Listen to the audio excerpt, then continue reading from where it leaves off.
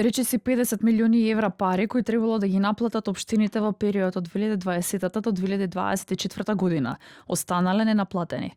Станува збор за локални даноци, такси и останати надоместоци кои ги откриле државните ревизори при прочешлувањето на документацијата за анализираниот период. Извештајот на Државниот завод за ревизија открива дека најмногу ненаплатен данок бил оној што граѓаните имаат да го платат по основ на данок на имот. Дури 67% од фактурите биле постари од 5 години, што според ревизорите укажува на слаб фискален напор.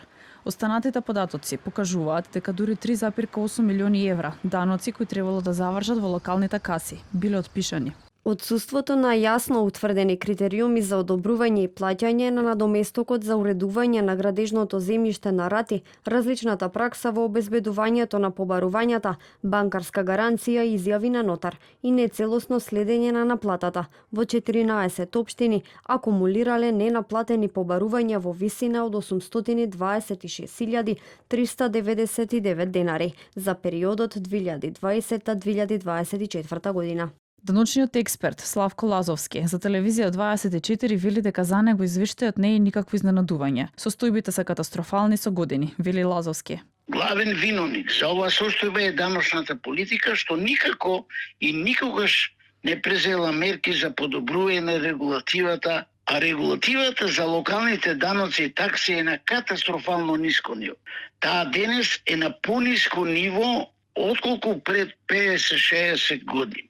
Таков пат на нивото на регулативата доведе до вакви катастрофални состојби. Локалните даноци и такси беа периферна задача на големата даночна реформа во 1994 година. Оправдување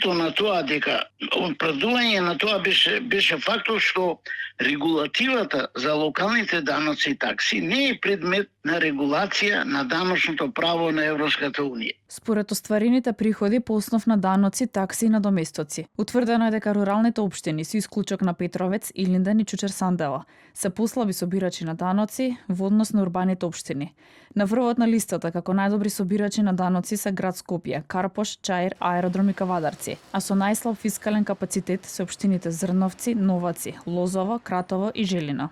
Ревизорите укажуваат на несоодветно воспоставен надзор на централно и локално ниво, со само еден инспектор од страна на УЈП и само 16 даночни инспектори во сите општини, кои вршат проверка дали обврзниците ја пријавиле својата обврска за данок или комунална такса, а немаат надлежност да изрекуваат глоби.